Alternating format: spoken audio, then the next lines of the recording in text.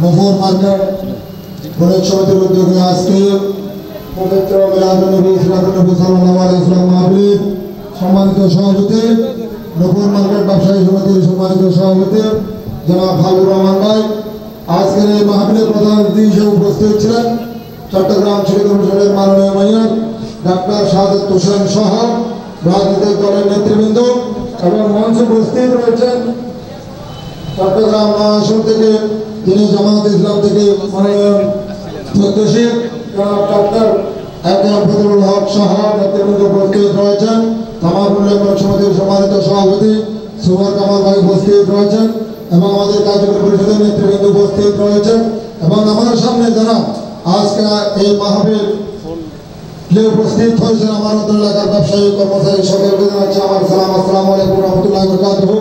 সম্মানিত উপস্থিতি, আসলে বক্তব্য দেওয়ার কিছু নয়।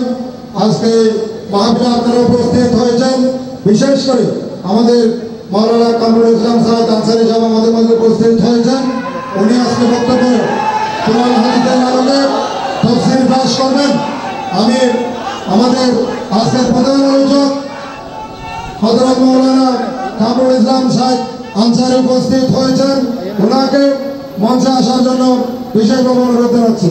সম্মানিত উপস্থিতি, এতক্ষণ যিনি কোরআন হাদিসের আলোকে তাফসীর পেশ করেছিলেন আন্তর্জাতিক ইসলামী বিশ্ববিদ্যালয়ের সম্মানিত অধ্যাপক ডক্টর এবিএম মফিজুর রহমান, উনি খুব গুরুত্বপূর্ণ আলোচনা করেছেন। আমি শুধু দু একটি কথা বলে আমার বক্তব্য শেষ করব। সম্মানিত উপস্থিতি, আমাদের এই এলাকাটা হচ্ছে ব্যবসায়িক এলাকা। আমরা বিভিন্ন এলাকা থেকে এই এলাকায় এসেছি আমাদের রুজি রোজগারের জন্য, ব্যবসা বাণিজ্য করার জন্য। বর্তমান দেশের যে প্রেক্ষাপটে আমাদের ব্যবসা বাণিজ্যের যে অবস্থা, এখান থেকে উত্তরণ করতে হবে আমাদের ব্যবসায়ী এবং যারা কর্মচারী আমাদের সহযোগী ভাই রয়েছেন, আমাদেরকে ঐক্যবদ্ধ থাকতে হবে। ইতিমধ্যে আপনারা জানেন আমাদের নূপুর মার্কেট সহ আমাদের দামাকুন্ডিলের আওতাধীন যে 110টি মার্কেট রয়েছে, এই মার্কেটকে বিশেষ করে আমাদের ব্যবসায়ী কর্মচারী এবং মার্কেটের যারা নেতৃবৃন্দ রয়েছেন, আপনাদেরকে ঐক্যবদ্ধের মাধ্যমে এই এলাকার ব্যবসায়িক পরিবেশ ফিরিয়ে আনতে হবে। ইতিমধ্যে আমাদের এই এলাকায় ব্যবসায়িক আমাদের এলাকায়